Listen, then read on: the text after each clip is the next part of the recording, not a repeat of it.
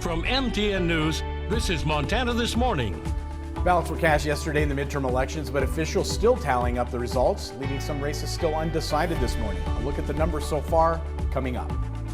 Well, good morning and happy Wednesday, Southwest Montana. Chet Lehman, Matt Elwell with you here. This post-election Wednesday, Mother Nature is in complete control. Oh, absolutely. She is the landslide winner right now. Right. You don't have to wait for the results. You see them live. Yeah, that's right. Most of us dealing with single digits this morning. Our banana belt is out toward West Yellowstone. You can't see the temperature now, but it's in the upper 20s there. Warmest spot in the state, kind of bizarro for us. Off and on snow showers expected through the day. It may not last all day long. We'll get some breaks, but it does look like we see another round of snow trying to develop late in the afternoon into the evening for much of the area. That's what I was talking about. They're de-icing the plain back there. That's what it is. Yeah. Cool. Yeah, I get mesmerized watching it. Temperatures this afternoon only in the teens. It is going to be a cold afternoon for us. We're going to be dealing with snow and ice on the roadways, slick conditions. We'll, of course, keep you updated coming up in just a few minutes. All right, thank you, Matt. 6:31. Of course, this is post-election Wednesday. We do have some races to talk about. One that we still do not have a winner in is that Western District, the newly created Western District for the U.S. House of Representatives, featuring Ryan Zinke, the Republican, Monica Tranel, the Democrat, and John Lamb, the Libertarian. Right now, Ryan Zinke with 50% of the vote. The vote titles are not, or totals, I should say, are not final in that one yet. That is the newly created Western District. You saw that race is still too close to call, at least at this point. Now, MTN has reporters at campaign headquarters of both Ryan Zinke and Monica Tranel, where the candidates were awaiting those final results. On Tuesday night, we saw up to about 100 Ryan Zinke supporters gathering here at Casey's in Whitefish for Zinke's election night watch party. But with the results from the large counties coming in slowly, the crowd started to thin out around 11 o'clock, and by midnight, it was clear that Ryan Zinke was not going to be making any big statements tonight about the results of the election. At this point, Zinke's campaign not yet saying when he may come out and say something one way or the other regarding the results. We'll likely hear something from the campaign later on Wednesday, but it's too early at this point to say what that might be or when. Again, Zinke's been trying to make a comeback to the U.S. House, hoping to win the Western District and make his third trip to the U.S. House after winning twice as an at-large candidate in 2014 and 2016. In Whitefish, Jonathan Amberian, MTN News. After about 4 hours, the festivities at the Monica Tranel's watch party here in the Union Club in Missoula, it's finally starting to settle down. But when Tranel took the stage, well, see for yourself. We have knocked more doors in this district than any other U.S. House seat. Citing a strong ground game, the Tranel campaign held events in every county of the new U.S. House district. She said the energy at the Union Club is indicative of her powerful campaign. How do you feel being able to walk into such a crowded place? You got so many supporters here. Well, this is just a reflection of the campaign that we've run and the team that we have. I'm so grateful to all of the volunteers. This race has been incredible with people showing up and believing in me, believing in Montana. Tranel's campaign for the U.S. House has been focused on trying to harness the frustrations many Montanans are feeling. Housing, green energy production, and a women's right to privacy have been central to her campaign. I've talked to everyone, I've gone everywhere in this district, and that's what it's about. Now that the ballots are cast, Tranel says she's grateful for everyone who chose her to be their representative. I'm just super grateful to my family, to my team, and to our volunteers. They were out at 5 o'clock this morning dropping lid. Every vote matters.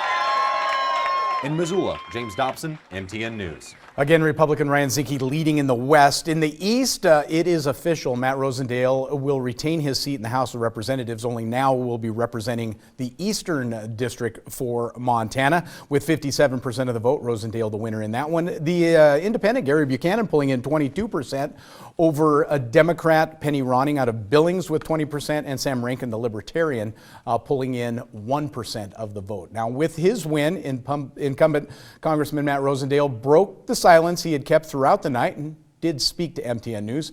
We have reports from his campaign and that of independent Gary Buchanan, also Democrat Penny Ronning.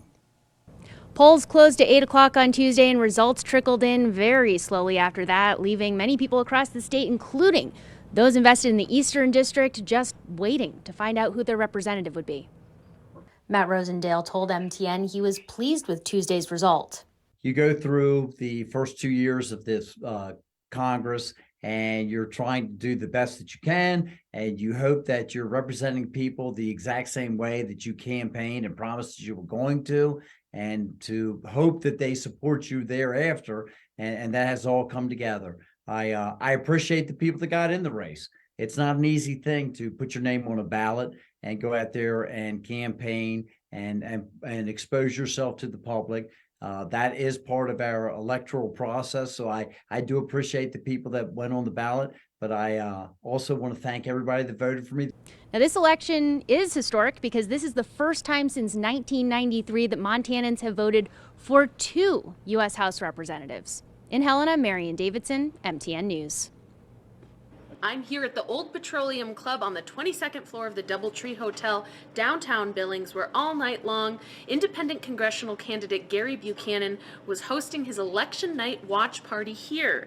And throughout the evening, Gary, his supporters, his family mingled, had food, had drinks, and talked about the long road it took them to get here, months of campaigning, all to come up to this night.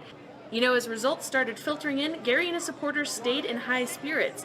They say win or lose, they made their mark on Montana politics. But we think we've sent a message. And, you know, if folks go the same way, we'll be back. I think the independent movement in Montana has just started. As the party wrapped up at about 10 p.m. Tuesday night, they were still waiting on results from Yellowstone and Cascade counties, 2 large counties in the Eastern Congressional District. But overall, again, Buchanan says he made his point in running for this office. In Billings, Jackie Coffin, MTN News. I'm Diane Parker in Billings with the Penny Ronning campaign. With the election results coming in late, Penny Ronning took the stage very early into the evening, telling her supporters that they could go home any time awaiting those results. But no matter what happens, her supporters must organize. The Democratic Party must organize. She says Yellowstone County is a major part of that. And once the Democrats take Yellowstone County, the entire state will follow. Now, she spent a lot of hours on the road since February, putting 24,000 miles on her vehicle, visiting with constituents. And she touts herself as speaking with the people and not focusing on politics. I take pride in being the hardest working candidate on the ballot. I do. You know, I firmly believe that when you are a candidate for office, you're interviewing, and every voter should be looking at the candidate as, okay, how are they running their campaign? Because how they run their campaign, that's how they're going to represent someone in office. That's how they're going to work for that taxpayer dollar. So we set out from the get-go that we were going to be in person, we were going to work to earn votes, and I put 24,000 miles on my car going all over the Central and Eastern District. Now, in her speech, she mentioned that Montanans need to fight for equal rights, for better rights, for reproductive rights. Just a few of the things that Penny Ronning is talking about as she hit the campaign trail this year. In Billings, Diane Parker, MTN News. All right, a few other races to check in with here this morning. Gallatin County voters asked to approve $3.93 million improvement to the Gallatin County Rest Home. That one passes with 63% of the voter, 25,000 voters saying yes. Too close to call on this one. Gallatin County Attorney Marty Lambert, the incumbent, in a challenge from Audrey Cromwell. This one just separated by about 42 votes, so no decision in that Gallatin County Attorney race yet. Gallatin County Clerk and Recorder race, Eric Semerad, the incumbent, in that one with 54% of the vote over challenger Marla Davis.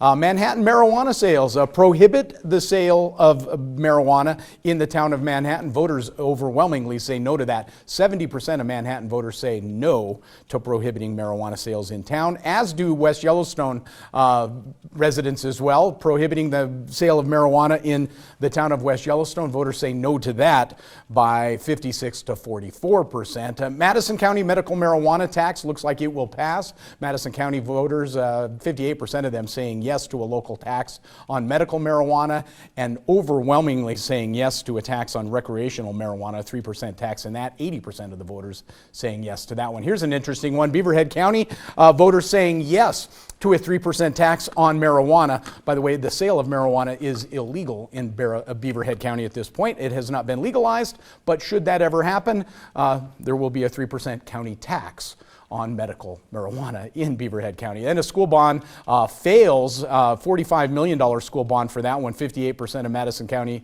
Ennis School Board voters saying no to that one out of the Ennis School District. Dillon Library 2 mill levy, and this one passes by voters quite easily. 2/3 of Beaverhead, or Dillon voters I should say, saying yes to a Dillon 2 mill levy for their library system in that one. Of course, we will continue to update you with returns right here at the bottom of your screen. And if you want to get more information as well, please head on over to our website for that one as well. We again can't show you all of those numbers, so that is the way we do it, right here on the ticker and on our website. Right now, we are going to take a break.